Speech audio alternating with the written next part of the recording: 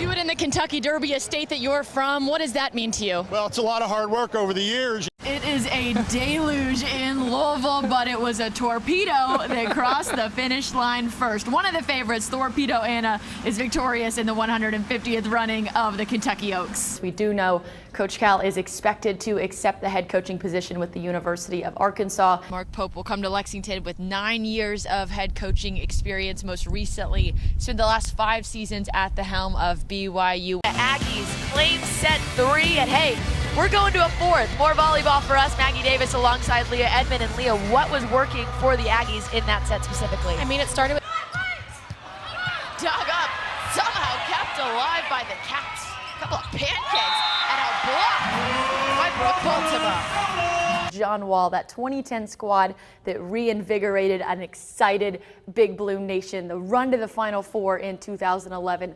Players like Anthony Davis and MKG who ultimately cut down the nets. We can talk about the guards and the young guys until we're blue in the face, but the only player that anybody wearing blue seems to want to talk about here today is Hunter Dickinson. Let's bring Jack Goose Gibbons into this conversation now. Jack, we are cheating a little bit.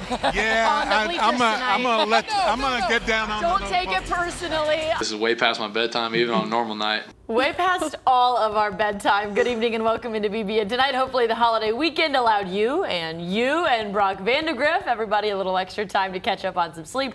After a wild opening weekend in Lexington, we are breaking it all down with you tonight. I'm Maggie Davis. Yeah. Not only that, he also showed a certain reverence for that position group as a whole. Benny Snell, Chris Rodriguez, Ray Davis, a trio of all-timers. When we're talking about Wildcats and Tar Heels, you can't only focus on the front court, even when it also features Armando Bacot for North Carolina, because in this rivalry, historically speaking, the guards have always shown up. Like we said, this is a guards rivalry, and Rob Dillingham showcased that tonight. He led the way for Kentucky, finished with 17 points, and for the Hickory, North Carolina native, yes, it was a little personal. A little bit. My dad always wanted me to go to Carolina. A way to have enough time to get open. Yeah, Tom, they're up against time, and so are we. Thank you so much for your time, and we'll talk again next week. This is Friday Night Heights. Thanks for joining us.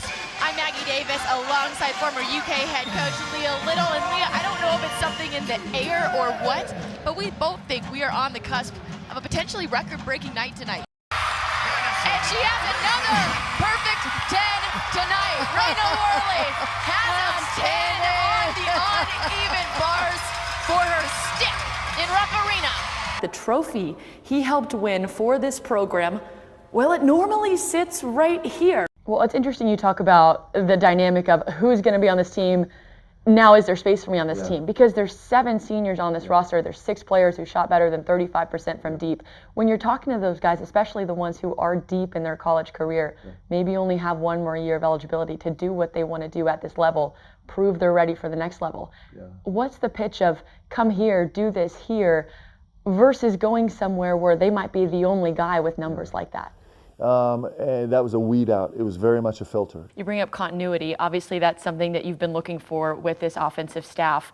This is a chance to bring that continuity back from the 2021 offensive staff to have Wolford and Cohen here together.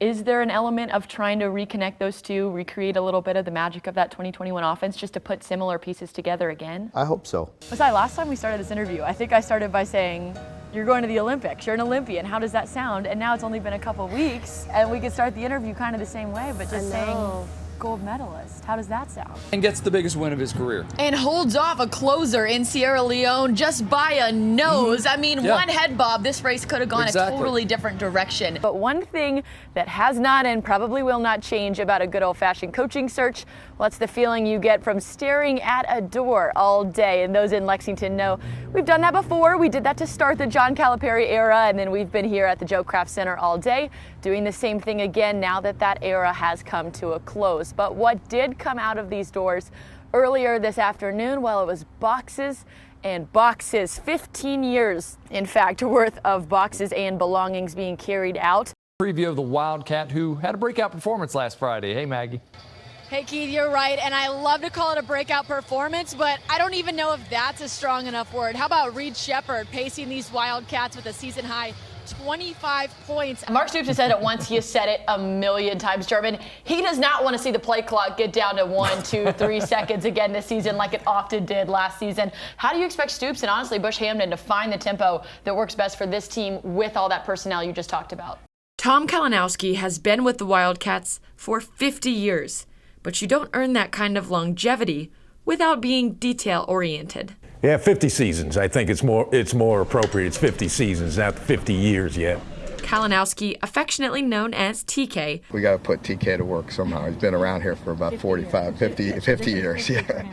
Started as a student manager for the Kentucky football team in 1974. I was kind of running a lot of it, and so I knew what was going on, and I just had a passion for the game. 4 seasons later, once he graduated from UK, he was named the program's full-time equipment manager. And I kind of went into the AD at the time, Cliff Hagan, and said, hey, I would love to have this. And Coach Kersey, he had the confidence in me. Fran had the confidence in me to do the job. And TK says he hasn't missed a game since. Did you think this is where you would spend 50 years? No, not at all.